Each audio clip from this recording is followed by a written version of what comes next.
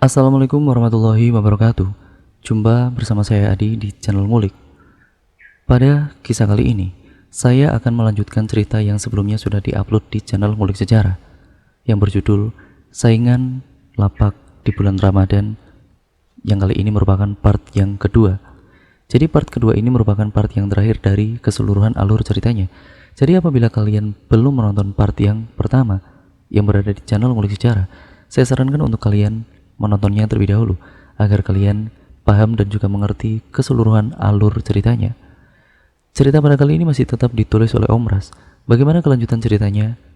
Kita langsung saja ya, gak usah lama-lama menuju ke ceritanya. Mari kita simak kelanjutan ceritanya. Baik-baik, persiapkan diri kalian.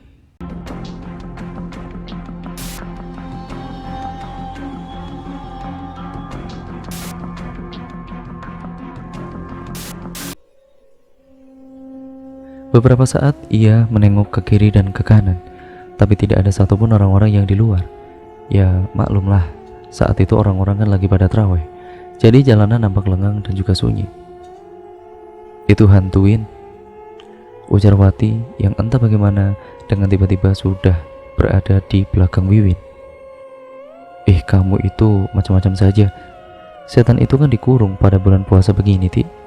Masa? Aku enggak. Teriak Wiwin langsung lari tunggang langgang meninggalkan rumah Wati dengan pintu yang masih terbuka. Wati menutup pintu rumahnya dan juga menguncinya. Perasaannya agak lain saat itu, padahal biasanya ia juga tinggal sendirian di rumah kalau Rahman sedang pergi. Tapi akhir-akhir ini suasana rumah itu berbeda sekali dari sebelumnya. Rasanya asing dan selalu terasa ada seseorang yang memperhatikannya dari sudut ruang paling gelap. Wati memutar musik dengan cukup keras di HP dan menutupi seluruh tubuhnya dengan selimut. Kemudian suara benda berjatuhan dari arah luar kamar, diikuti suara petasan yang meletup di area samping rumah. Dan di saat-saat seperti itu jugalah perutnya mendadak mulas dan terasa sangat ingin buang air besar. Akhirnya mau tidak mau Wati terpaksa harus keluar kamar dan berjalan pelan menuju WC. Namun saat ia sudah jongkok, tiba-tiba terdengar suara kedoran dari dinding belakang WC yang memang hanya terbuat dari seng. Wati kemudian memejamkan matanya, lantas segera cepat-cepat menyelesaikan panggilan alam tersebut.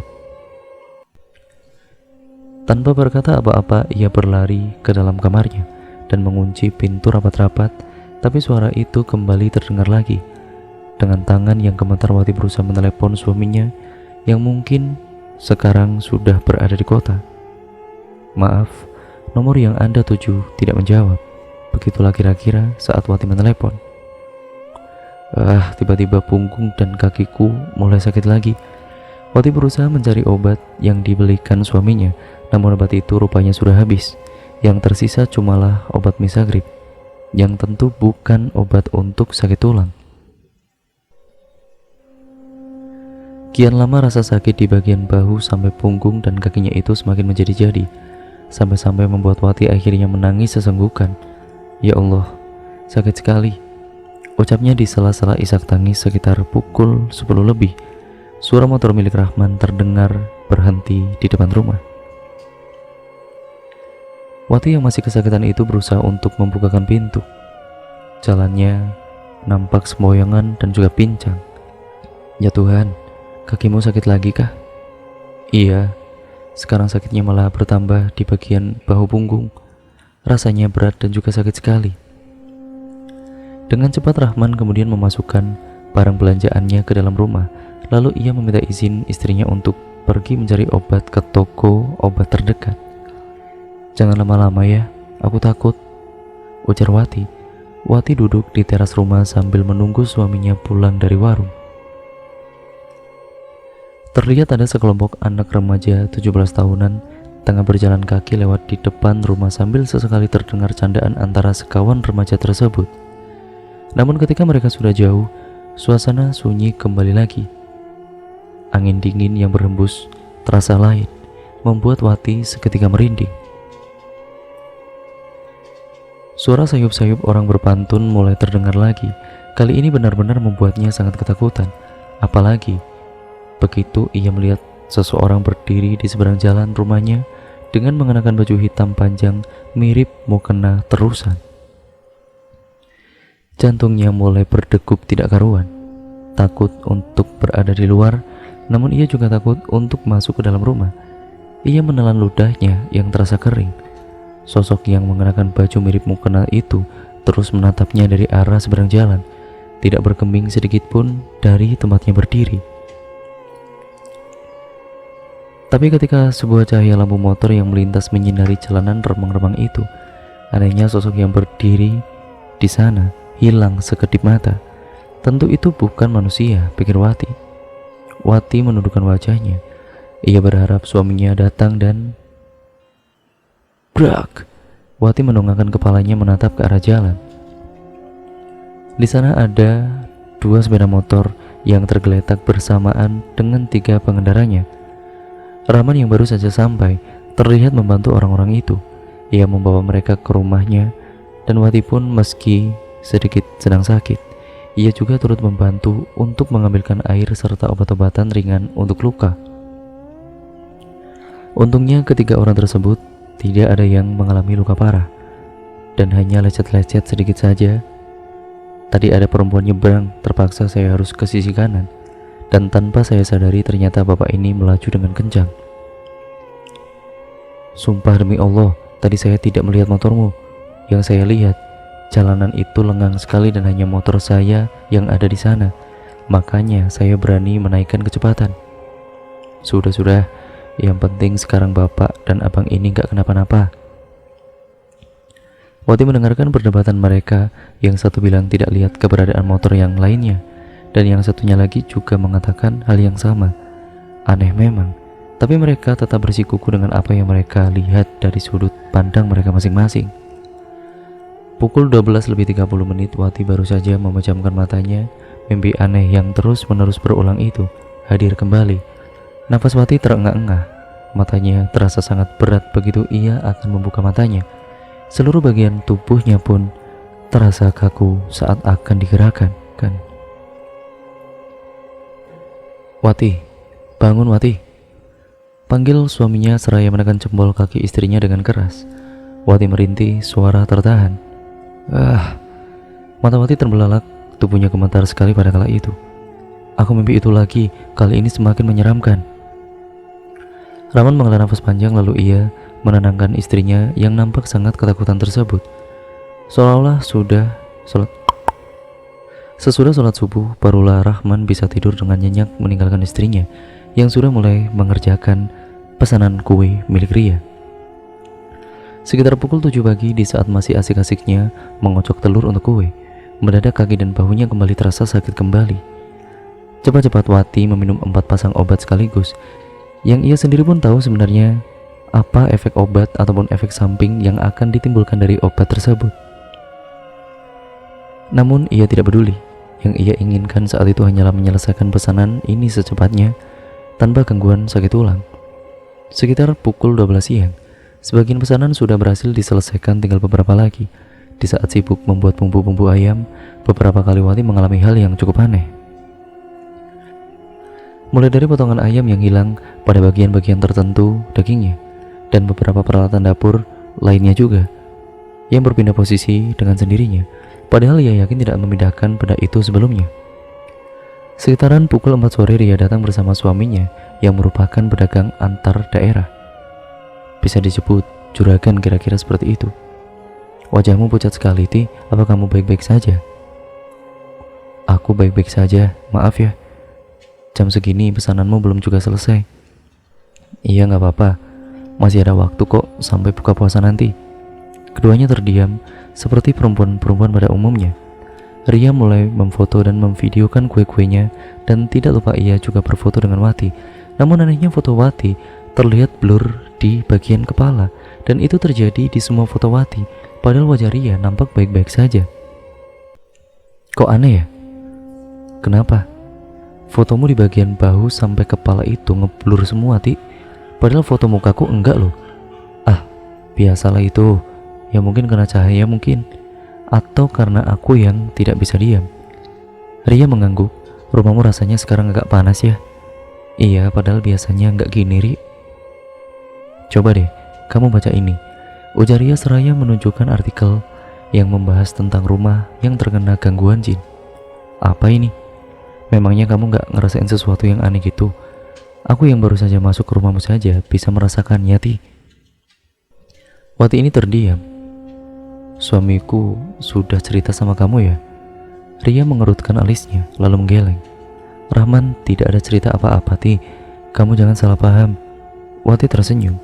Ia membenarkan wajahnya yang tadi tiba-tiba itu berubah menjadi sinis.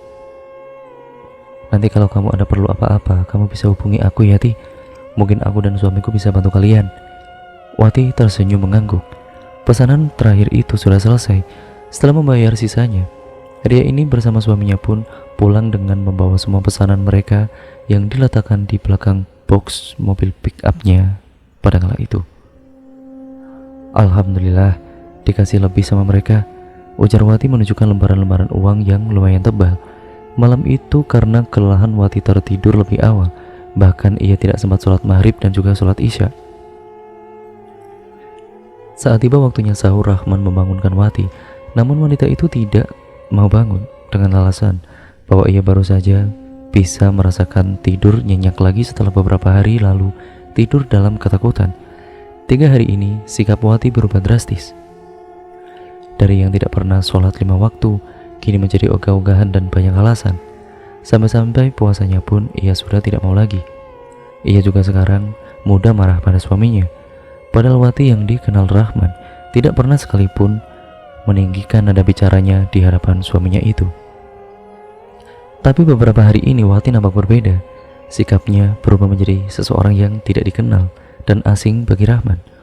Di pasar Ramadan itu pun ia sempat memarahi balik ibu-ibu yang mengatakan di salah satu kue yang dibelinya di lapak Wati itu terdapat telur lalat. Bahkan dengan kasarnya Wati melemparkan kue tersebut ke arah ibu-ibu yang berada di lapak kiri, karena ia menduga bahwa itu adalah ulah dari isi ibu-ibu tersebut untuk menjelek-jelekan dagangannya. Adu mulut antara keduanya tidak bisa dihindari. Sikap yang sebelumnya kalem kini menjadi ganas dan sangat mengerikan. Kamu kenapa sih ya? Sampai segitunya, bentak Rahman untuk yang pertama kalinya setelah cukup lama berumah tangga bersama Wati. Dia sendiri yang mulai. Dia menjelek-jelekan daganganku, dan aku hanya memberi pelajaran buat mulutnya yang busuk itu. Apa aku salah? Caramu yang salah. Kan bisa kamu bilang baik-baik, atau kalau enggak ya berhenti saja berjualan di situ daripada nyari masalah dan ribut sama orang. Wati mendengus kesal mendengar ucapan suaminya yang ia anggap terlalu membela orang tersebut. Sebelum tidur Wati meminum obat sakit tulang lagi, namun kali ini dengan jumlah yang sangat banyak, hingga dalam beberapa saat saja ia sudah kehilangan kesadaran. Untungnya saat ia masuk ke dalam kamar, pintunya tidak terkunci, sehingga Rahman tidak terlambat untuk memberikan pertolongan pertama pada istrinya. Ia meminumkan Wati dengan air kelapa sisa yang ada di dalam kulkas, namun Wati tidak kunjung sadarkan diri, sehingga mengharusnya Rahman untuk meminta bantuan pada orang lain. Halo Ria, Assalamualaikum. Ini istriku sepertinya overdosis obat. Aku mau minta tolong kepada kalian untuk membawanya ke klinik, ujar Rahman dengan suaranya bergetar. Tidak beberapa lama kemudian, Ria bersama suaminya datang dengan mobil pribadinya. Mereka membantu mengangkat tubuh Wati yang terasa sangat berat. Bahkan bertiga yang mengangkatnya masih kewalahan. Namun itu bukan masalah yang berarti bagi mereka. Yang sangat penting saat itu adalah untuk tiba di klinik atau ke rumah sakit dengan waktu yang tepat. Suami Ria terlihat menenangkan Rahman yang tidak henti-hentinya menangis sambil menyebut nama istrinya. Sementara Ria memberikan 2 gelas kopi dan juga teh hangat untuk mereka bertiga. Memangnya ada apa sampai-sampai Wati seperti itu? Tanya Ria dengan pelan. Dia marah kepada aku, Ri, jawab Rahman dengan singkat. Ya beruntunglah Wati tidak kenapa-napa. Ya Tuhan, telapak tanganku sampai berkeringat saking khawatir dan juga paniknya, ujar Ria sembari menghela nafas lega. Setelah keadaan sudah jauh lebih tenang, Ria mulai menanyakan apa penyebab Wati marah-marah sampai membuat dirinya dalam bahaya pada Rahman. Rahman pun mau tidak mau, ia mulai menceritakan apa yang terjadi dari awal sampai pada istrinya yang overdosis obat. Nah kan, betul dugaanku itu.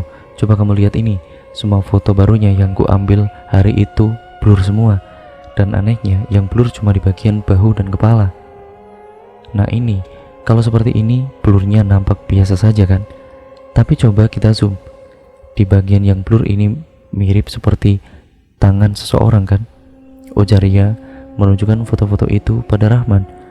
Rahman kemudian mengamati gambar itu, dan alisnya seketika mengerut begitu melihat bentuk tangan yang terdapat di foto istrinya tersebut. Ya Allah, apa ini? Kurasa istrimu kena guna-guna atau santet dan semacamnya. Apa kalian pernah bermasalah sama orang? Rahman dengan cepat menggeleng. Kurasa tidak, tapi kau tahu sendiri sifat istriku bagaimana kan? Hanya akhir-akhir ini saja dia berubah jadi kasar dan seenaknya. Ria kemudian menghela nafas dan ia menatap suaminya. Temanmu yang waktu itu apa mungkin bisa membantu Wati?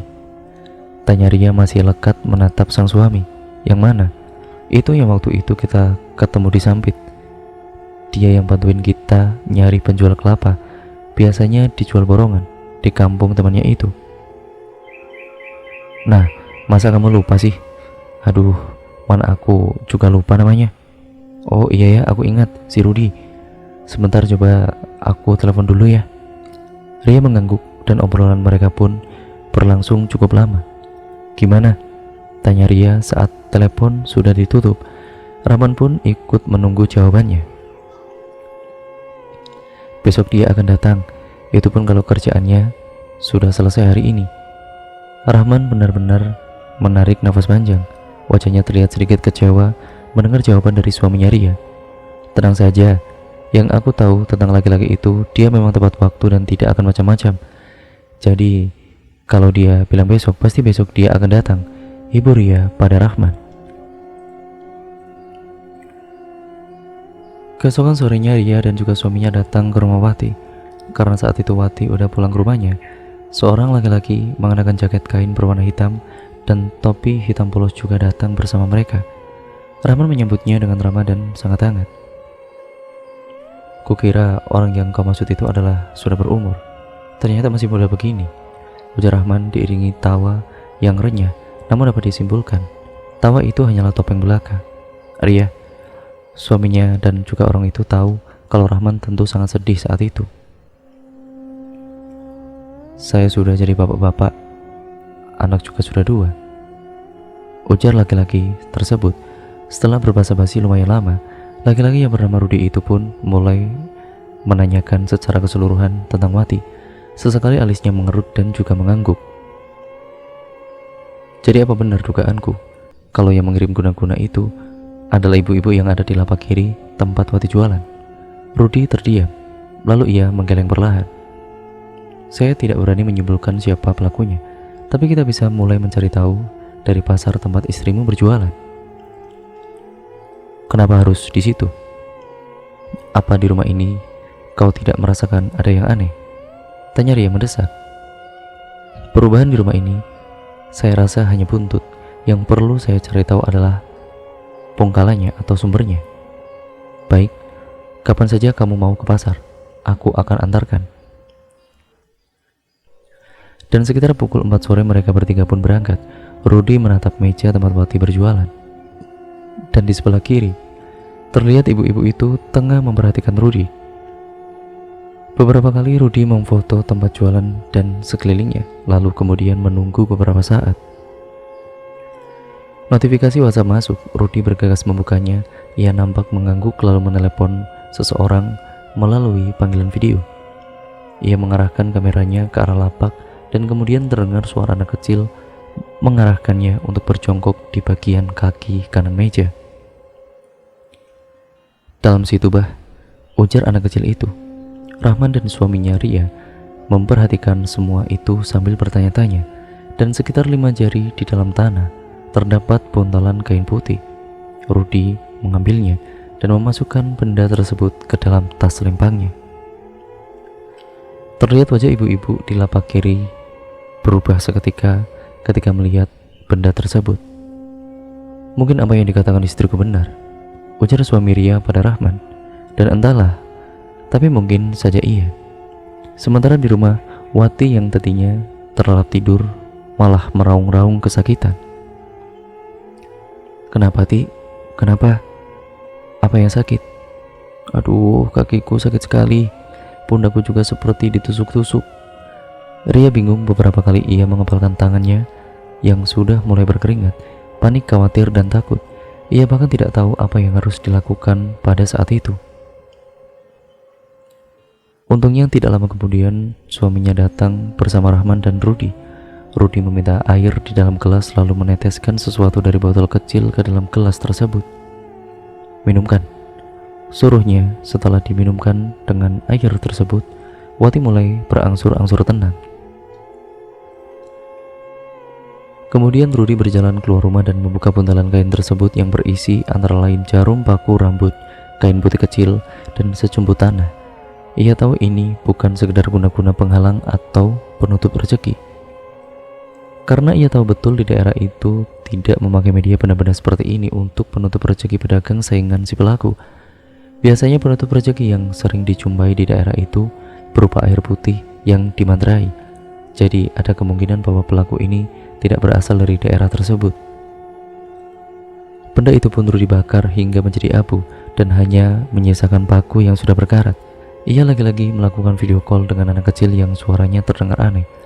Namun ketika kamera diarahkan kepada Wati, anak kecil itu berteriak histeris dan menangis meminta agar HP dijauhkan darinya. Rudi ini kemudian terduduk menatap jam pada layar HP-nya. Sudah menunjukkan 5:30 sore, suaminya Ria masuk ke dalam rumah, membawakan beberapa bungkus makanan dan kue yang tadi dibelinya.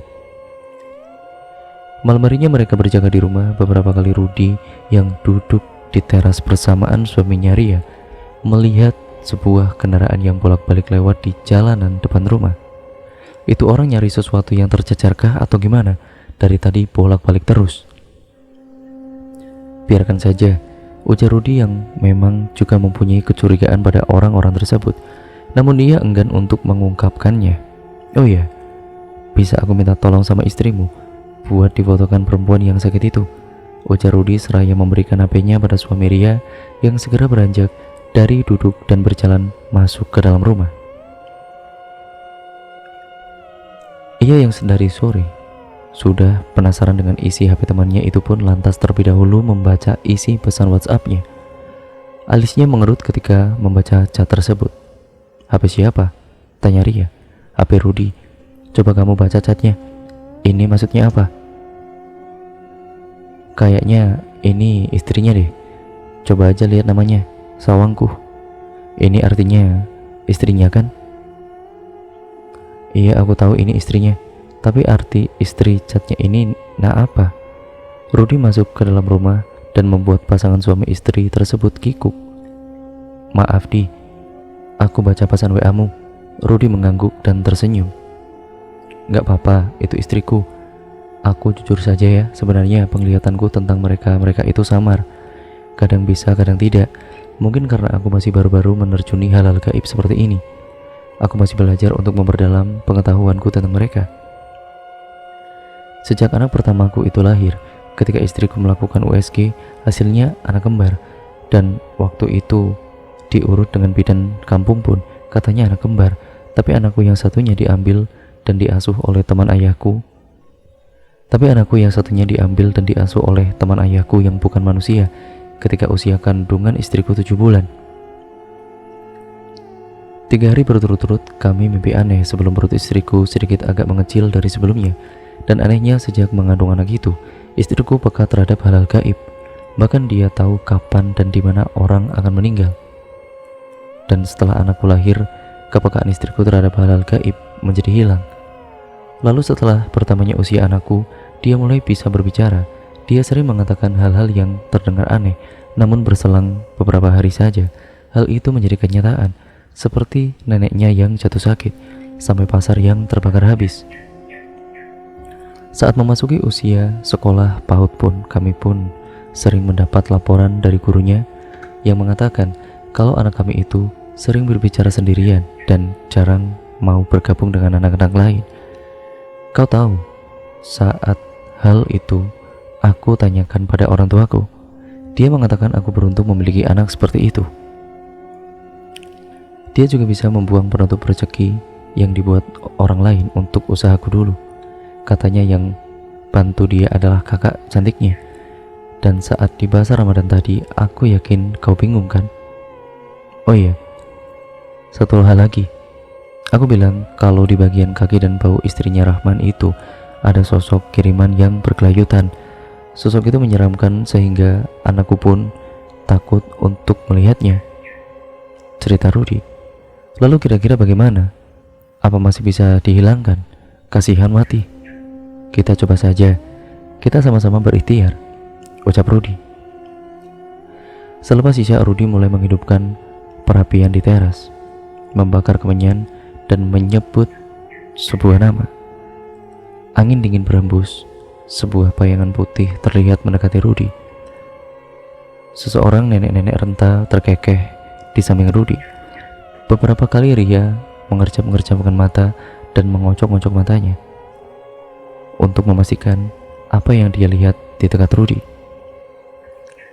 Aku tadi lihat nenek-nenek di dekat Rudi. Mungkin itu ingwannya atau peliharaannya, ujar sang suami. Selesai berkata seperti itu, suaminya Ria mendadak sakit perut. Ia berlari ke dalam rumah menuju WC untuk segera memenuhi panggilan alam yang secara tiba-tiba. Botol minyak yang ujungnya diberikan benang itu diasapi dan botolnya bergoyang ke kiri dan ke kanan tanpa henti. Padahal tangan Rudi tidak bergerak sedikitpun. Itu tentu membuat Ria terbelalak. Stop, ujar Rudi. Dan minyak tersebut langsung berhenti bergerak dengan seketika. Rudi kemudian menuangkan minyak tersebut ke dalam ember kecil, lalu membawanya masuk ke dalam rumah, memberikan air tersebut pada Rahman untuk diusapkan di bagian bahu, punggung hingga kaki. Dan setelah itu terdengar suara kejar-kejaran di atas atap rumah. Suaranya jelas sekali mirip ringikan hewan dan geraman kucing besar yang membuat merinding. Suami Ria yang masih berada di dalam WC juga tidak kalah kagetnya ketika suara benturan keras pada dinding seng WC yang membuatnya segera menyudahi BAB-nya. Air dalam ember itu pun juga sudah disiramkan mengelilingi rumah yang ditinggali Rahman dan Wati. Setelahnya Rudi mengambil wudhu dan melakukan sholat. Sekitar beberapa saat kemudian, suasana di dalam rumah itu pun mulai normal kembali. Kalau bisa istrimu suruh berhenti saja berjualan di lapak itu. Kalaupun ingin berjualan lagi tahun depan, bisa cari lapak yang jauh dari situ. Karena dari apa yang aku dengar, orang-orang yang berdagang di dekat situ, ibu itu ataupun ya tentunya di sekitaran situlah, semua selalu jatuh sakit dan usahanya bangkrut. Nah, pasti ibu-ibu yang di lapak kiri kan? Rudi menggeleng. Bukan beliau. Tapi bila aku katakan kalian harus berjanji jangan menyimpan dendam atau mungkin berpikiran untuk balas dendam. Orang yang mengirimkan guna-guna penutup rezeki ini adalah ibu-ibu yang di lapak sebelah kanan. Tidak hanya di lapak jualan istrimu, tapi dia juga memberikannya pada makanan yang dia berikan. Dan ibu-ibu di kiri jualan itu memang agak nakal, tapi itu hanya melalui sikap yang dia tunjukkan saja. Rahman terdiam. Memang benar ibu-ibu itu pernah beberapa kali memberikan makanan, tapi sikapnya yang lembut dan baik membuat Rahman, bahkan Wati sekalipun tidak menaruh curiga kepadanya. Dan beberapa hari setelah malam itu, keadaan Wati sudah sehat dan normal kembali. Sakit tulangnya pun sudah hilang dan tidak pernah kambuh lagi. Hingga saat ini hubungan pertemanan antara mereka semua masih terus berjalan. Dan cerita pun akhirnya selesai sampai di sini ya teman-teman.